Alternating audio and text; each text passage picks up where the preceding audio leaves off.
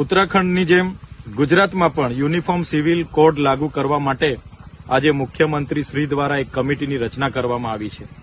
ત્યારે ગુજરાતમાં 15% આદિવાસી સમાજ વસે છે। 1,45,00,000 જેટલી અહીંની વસ્તી આદિવાસી સમાજની છે, છતાં આ કમિટીમાં એક પણ સભ્ય, એક પણ પ્રતિનિધિ આદિવાસીના સમાવેશ કરવામાં નથી આવ્યો, જે બતાવે છે કે આ સરકાર આદિવાસી વિરોધીની પોતાની છબી ધરાવે છે।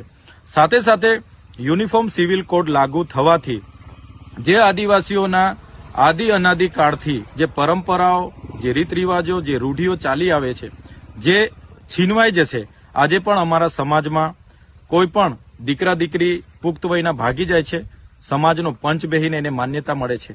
કોઈ વિધવા કે વિદુરને પુનઃ લગ્નની માન્યતા મળે છે, બહુપત્નીત્વને માન્યતા મળે છે, કોઈનો મન મેળાપ નથી થતો એને છૂટાછેડાની પણ માન્યતા મળે છે, કોઈને દીકરી છે એના ઘર જમાઈ કરીને એને ઉત્તરાધિકારી નક્કી કરવાની પણ માન્યતા અમારા સમાજમાં મળે છે।